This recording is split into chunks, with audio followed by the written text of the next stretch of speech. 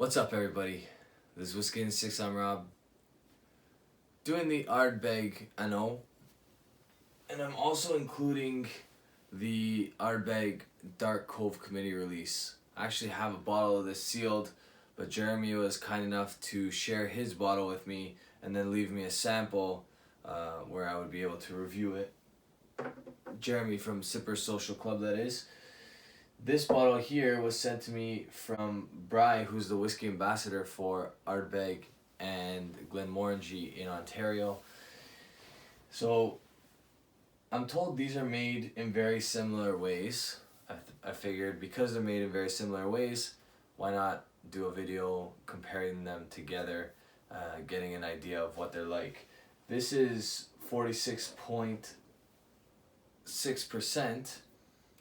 It's at the LCBO for $130, much less in other places, especially Alberta. You can get this for around $80. So this is actually a really good buy in other provinces and in the US. A little bit more expensive in Ontario.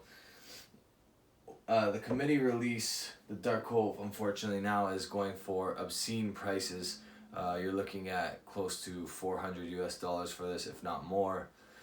This one in particular is 55% ABV. Like I said, they're made very similar ways, but I know for sure that the NO has Pedro Jimenez casks in it, virgin heavily charred casks, first fill bourbon barrels, and then it's finished in a French oak vat. So that's the NO, and I'm gonna nose and taste the Dark Cove and see if there's some truth to the rumor that they're very similar. So this is definitely very peated, musty. It's got all those Ardbeg, like dirty, dusty type notes, which Ardbeg lovers absolutely love. All right. Really nice, but then there's this sweetness that like finds its way out of all of that, which is really, really pretty.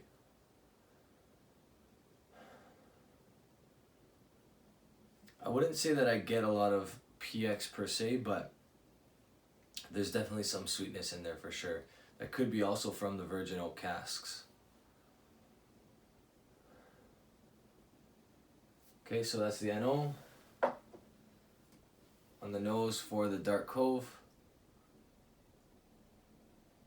Okay, so I do get the similarities. This one doesn't smell as peated, but it smells a ton sweeter. So what I'm thinking is for the Dark Cove, there's probably more PX casks if they're made similarly. If there's truth to the rumor, which I'm picking up that there might be. Don't get as much peat on the Dark Cove though.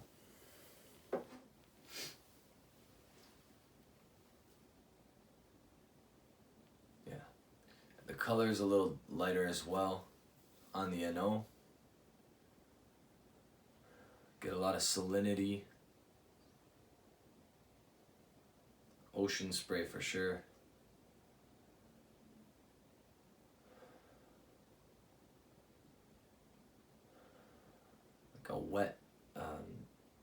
A wet wood, like almost like you put out a fire, the smoky smell still lingers, but the wetness from the wood as well lingers.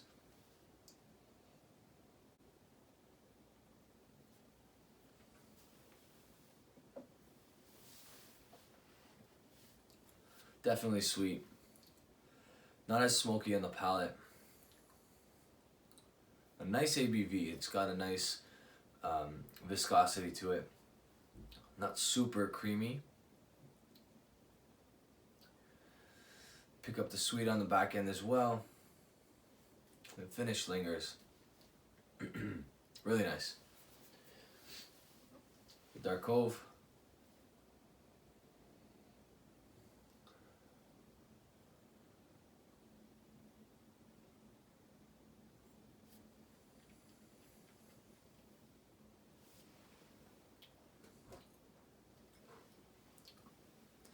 Okay, so definitely darker in color, the Dark Cove, 55%, so you do get that extra heat.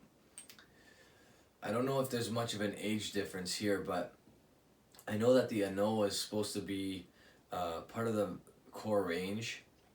So it would be the Ano, the 10-year-old, the Kori, and then the Ugadal, and then the Kori. So my guess is that it's a touch younger than 10. The Dark Cove, I'm not 100% sure yet. The nose is so sweet. So I don't know that there's PX cast, but I definitely wouldn't put it past the Dark Cove, because it does have like a PX sweetness to it.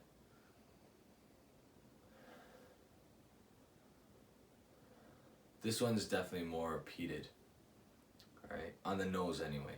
On the palate, I'm going to say that it's less peated, and this is actually a little bit more smoky on the palate. So I think what's happening with the Dark Cove is, and I'm not 100% sure, so I bet there's a lot of Ardbeg hardcores that know, and fill me in the comments below, and I'll pin your comment to the top of the chat. But I think there's PX and virgin oak in this, and that's why people compare these two together.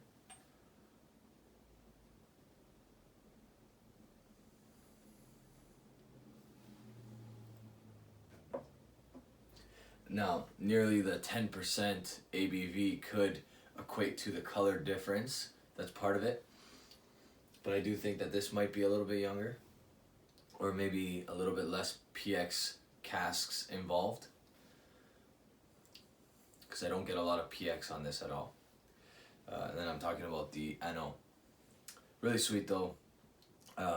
Traditional Isla, so to speak. It's similar to the 10-year-old, but I think the 10-year-old has some differences. I still haven't reviewed the 10-year-old, and I'm actually going to do that soon, but if I had to compare the two, I would say the 10-year-old leans towards more of the bourbon cask, whereas this, you do taste a hint of some wine cask in there. This is just super buttery, the Dark Cove. Really, really nice. Not fair to compare these two together. I just wanted to see if they were similar. The ABV is different. The cost is different. The committee releases are very few and far between, so they're usually not available in Canada at all. They, in a couple provinces, get them, but not very many.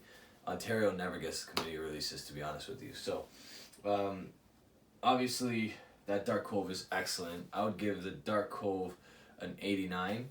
I'd probably give the Ano an 86. Both very, very good. If you can get this, if you really like the 10-year-old, I do recommend this for you. If you're not a peat fan, you're not going to like either of these whiskeys. If you're not a peat fan, you want to steer away from Ardbeg anyway. But if you're looking to get into some heavier peated whiskeys, this is a good one to start. The 10-year-old is also an excellent one to start. I haven't reviewed that yet, like I said already, but I do plan to. These are all made the right way, okay? They're unchill filtered, no added color, all those sorts of things. There's a nice ABV to this one at 46.6. So honestly, I really like it. This is an 86 for me. So that's an A. Follow me on Instagram, Twitter, or Facebook. I do my best to answer comments on any of those forums. I also do my best to answer all the comments on YouTube, so feel free to leave one if you like. Cheers.